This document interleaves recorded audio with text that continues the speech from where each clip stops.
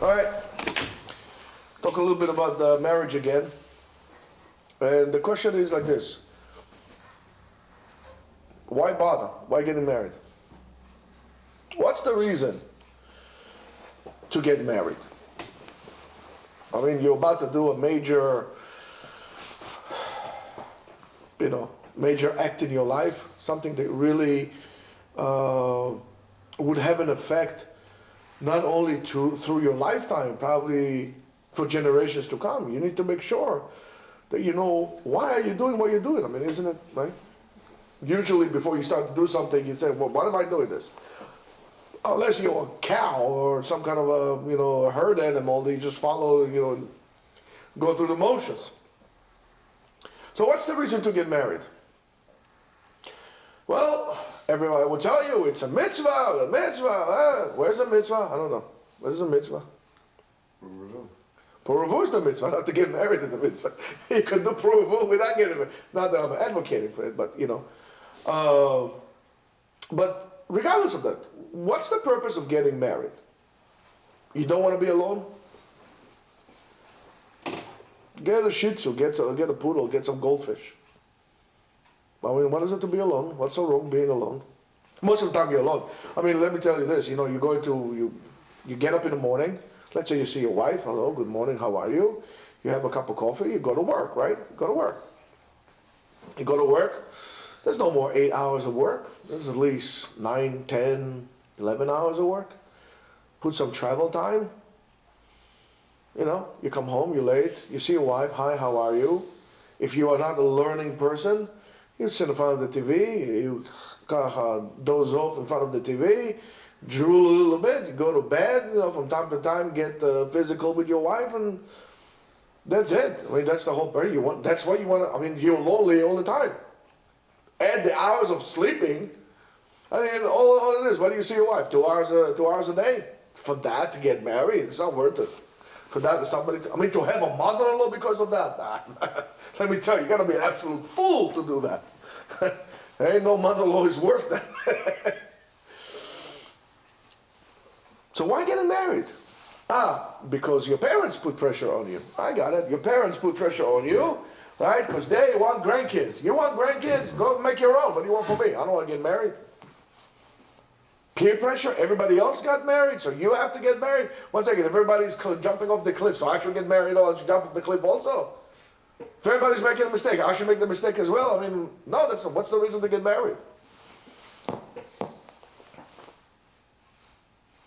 There is no reason to get married. I mean, excuse me, what, to have relations on a regular basis? Hey, you guys, what, easier said than done.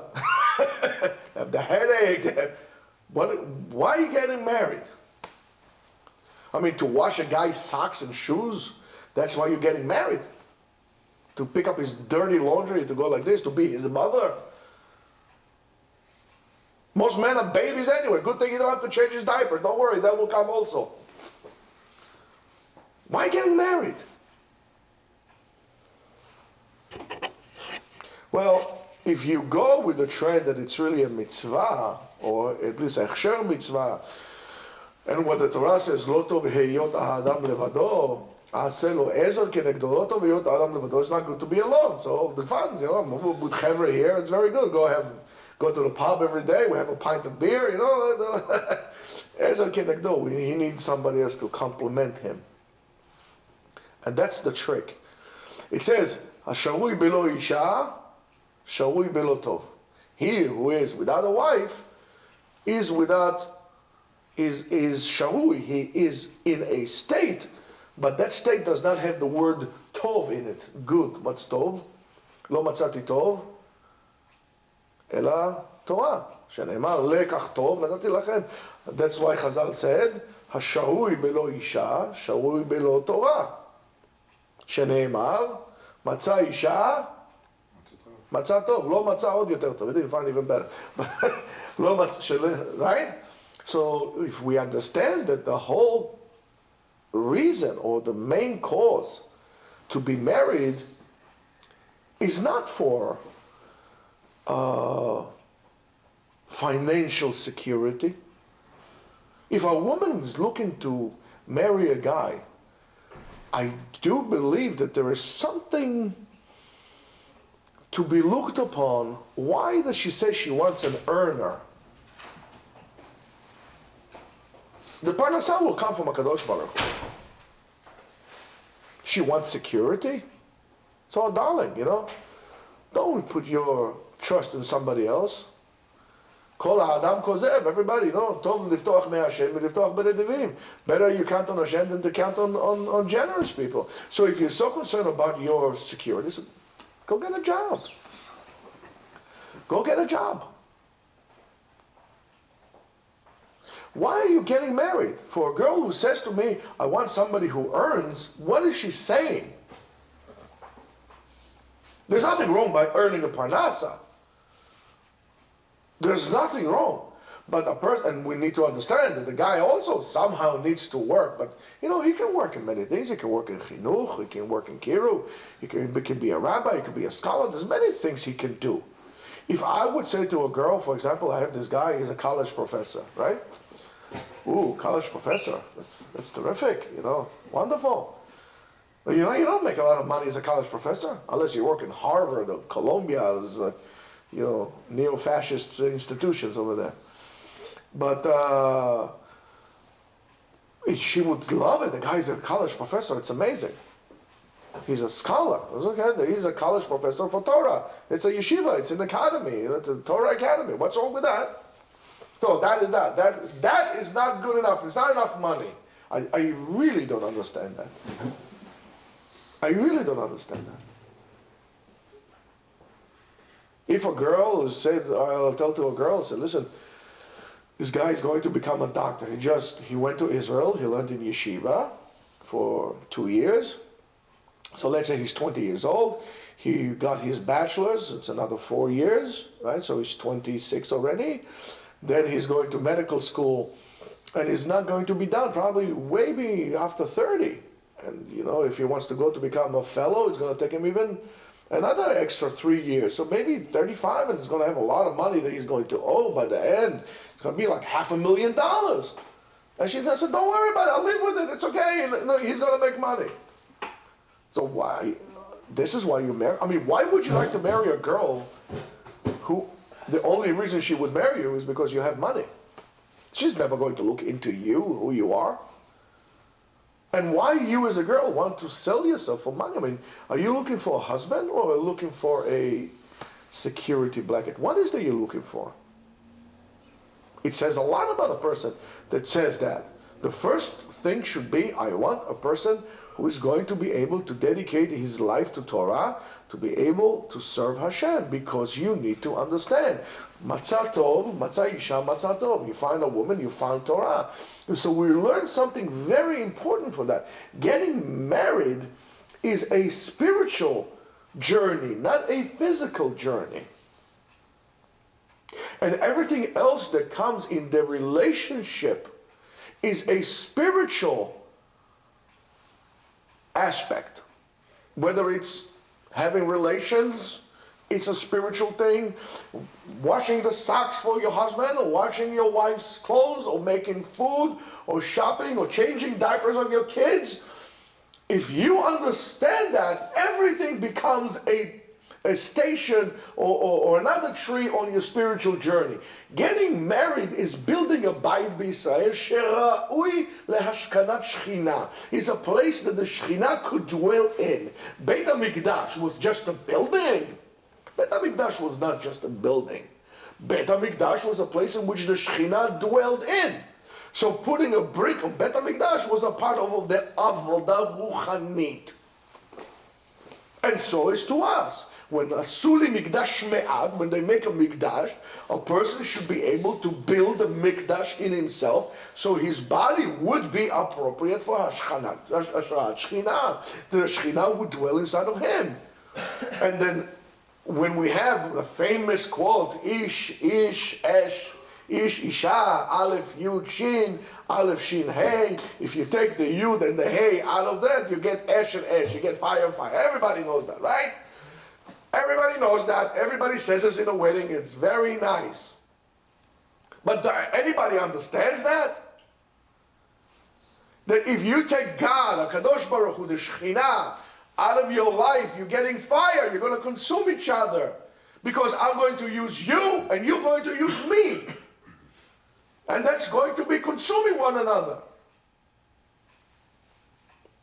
So when you are about to get married, when you are in the process of getting married, the first thing you need to look at is this person, or am I also really looking for the right thing?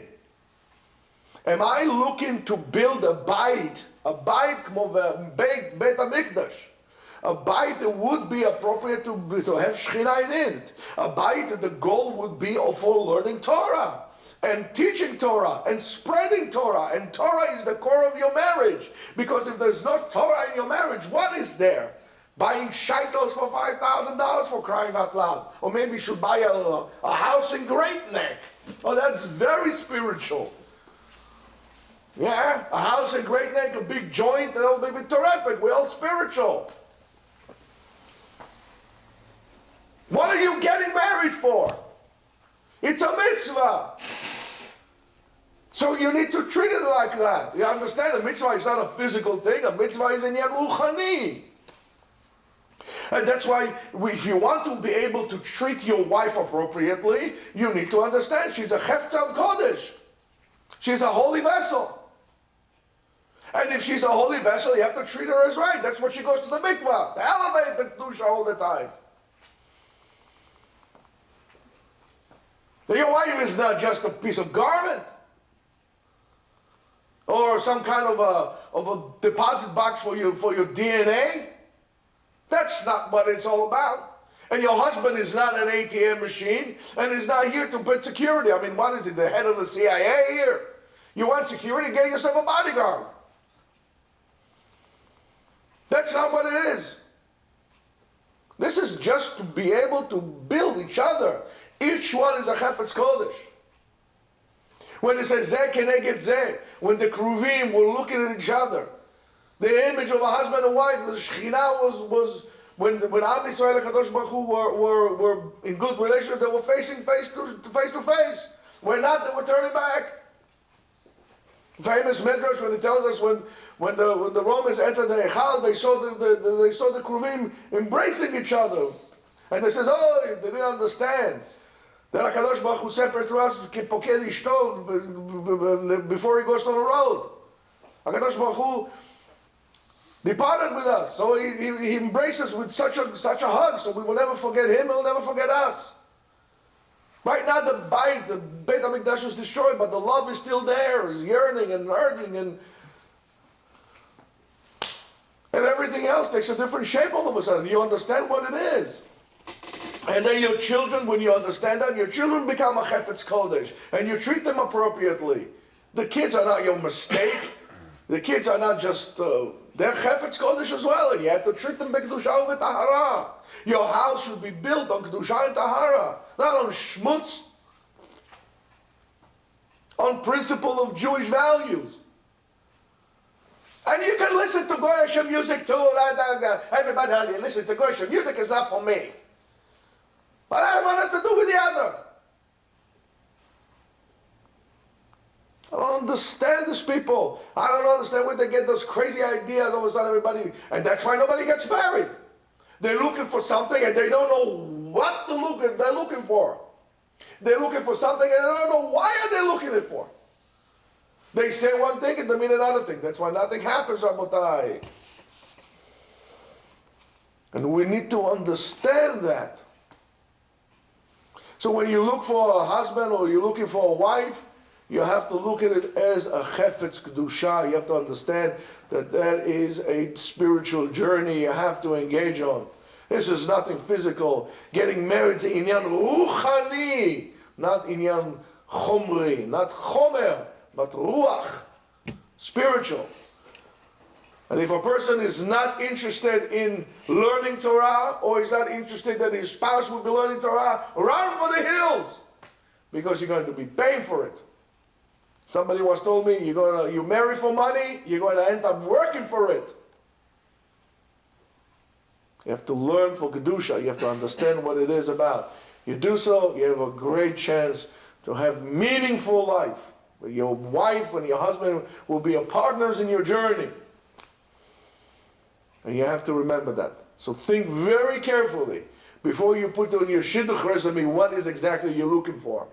You need to understand, to be brave, to ask yourself, what is exactly I'm looking for? Why am I looking for that? You'll be able to determine what's best for you. And if you don't want a person that learns, say it. I don't want a learning person. You pay the price for it, but that's your right. But don't come complaining. But you should say that. Don't waste your time. Don't waste other people's time. If you want somebody who learns, don't be embarrassed. Don't be apologetic. And the same thing around. Remember this. Getting married is, first of all, a spiritual aspect. It's not a physical aspect. Have a great day.